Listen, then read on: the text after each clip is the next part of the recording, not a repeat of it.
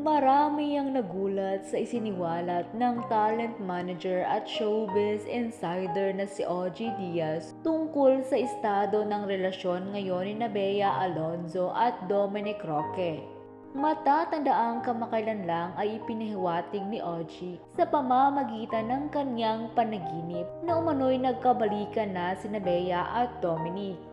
Ngunit bukod dito, isang impormasyon nga ang nakalap ni OG tungkol kina Bea at Dominic. Ito'y mula umano sa kapwa niya talent manager at showbiz insider na si Jobert Socaldito.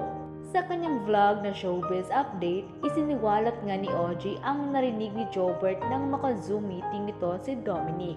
Isa raw kasi ito sa magpapatunay na nagkabalikan nga sina Bea at Dominic. Ayon pa kay OG, sa nasabing Zoom meeting daw ay narinig umano ni Jobert at ng iba pang nakamiting nila na nagsalita sa background ni Dominic si Bea. Tila nakalimutan daw kasi ni Dominic na i-mute ang kanyang microphone. Kaya naman narinig daw ni na Jobert na kinausap ito ni Bea at tinanong kung gusto ba nito ng tacos.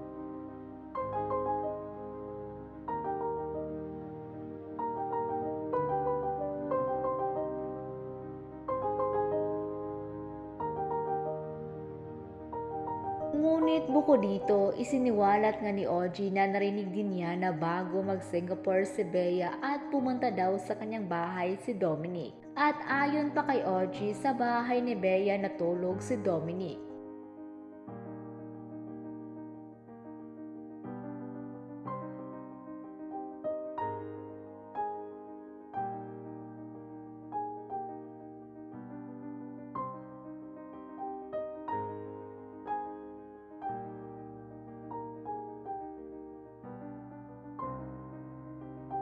Nilinaw naman ni OG na hindi niya alam kung sa kwarto ba ni Bea natulog si Dominic. Pero base sa kanyang narinig, di umano'y natulog sa sofa sa sala ng bahay ni Bea si Dominic.